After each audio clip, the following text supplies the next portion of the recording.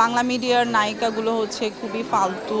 একটা নারীকে সব দিক থেকে স্বাধীনতা দেওয়া উচিত। মুখে বলে অনেক কিছুই করছি, ঘরে বউকেও রেখেছে, 10 জন করে 5 জন করে গার্লফ্রেন্ড রেখেছে, উঠে আসছে হচ্ছে অনেক নর্দমার কিট হিসেবে। অটোমেটিক সিঁড়ি থাকে, আপনার কেন সিঁড়িটা ধরতে হবে? আমি বর্তমানে দুর্বার মুভির কাজ নিয়ে ব্যস্ত আছি।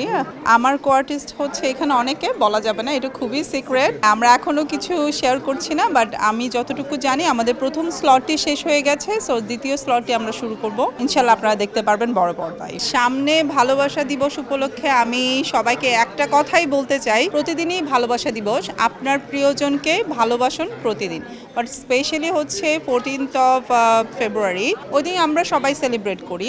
ওই দিনটা একটু বেশি করে সেলিব্রেট করি, বাট আমার মতে যেটা মনে হয় আপনি প্রতিদিন আপনার ভালোবাসার মানুষকে বেশি বেশি ভালোবাসুন, আর প্রতিদিনই ভালোবাসা দিবসটা আপনারা এনজয় করুন। নারীর স্বাধীনতা হওয়া যেটা দরকার আসলে বাংলাদেশে, আমি মনে করি না যেভাবে আমরা দেশের বাইরে একজন নারীর স্বাধীনতা হিসেবে, মানে একজন নারী হিসেবে প্রাউডলি আমরা থাকি, এই দেশে আমরা সেটা পাচ্ছি না। আমি মনে করি একটা নারীকে সব দিক থেকে স্বাধীনতা দেওয়া উচিত। বাট আপনি যদি দেখেন, আমরা মুখে বলে অনেক কিছুই করছি, কিন্তু কাজের দিক থেকে আমরা এখনো নারীদেরকে সব জায়গায় আন্ডার এস্টিমেট করছি। এটা কিন্তু ঠিক না।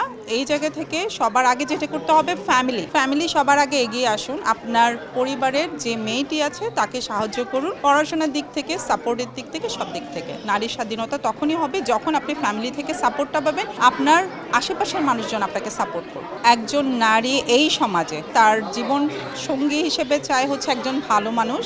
অবশ্যই টাকা পয়সার, ফ্যামিলি সাপোর্ট বলেন, তারপর আপনার ফাইন্যান্সিয়াল সাপোর্ট, সেটা তো চাইবে। আর মনের দিক থেকে মনে হয় ভালো মানুষটাই চাই, কারণ আমরা এখন যেভাবে দেখতে পাচ্ছি, আমরা কাউকে ট্রাস্ট করতে পারছি না। তারা হচ্ছে ঘরে বউকেও রেখেছে, আবার বাইরে 10 জন করে 5 জন করে গার্লফ্রেন্ড রেখেছে। সো ওই জায়গা থেকে আমার মনে হয় একটা নারী যখন কাউকে একজন লাইফ পার্টনার হিসেবে নিবে, অবশ্যই তার ক্যারিয়ার, তার ক্যারেক্টার, ওটাতে আপনি ফোকাস করুন, দেন আপনি আপনার লাইফ পার্টনারকে পিক করুন।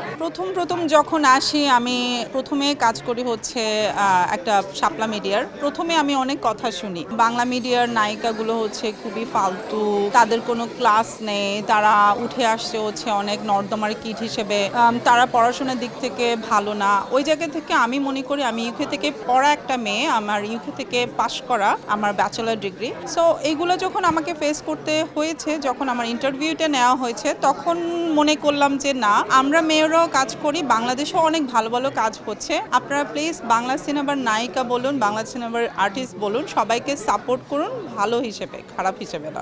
আপনার যদি অটোমেটিক সিঁড়ি থাকে, আপনার কেন সিঁড়িটা ধরতে হবে? সিঁড়ি দরকার নাই। বাট হ্যাঁ, আপনার সিন্ডিকেট থেকে বের হতে হবে। যখনই আপনি সিন্ডিকেট থেকে বের হবেন, তখন আমার মনে হয় না আপনার সিঁড়িটা আপনাকে ধরতে হবে।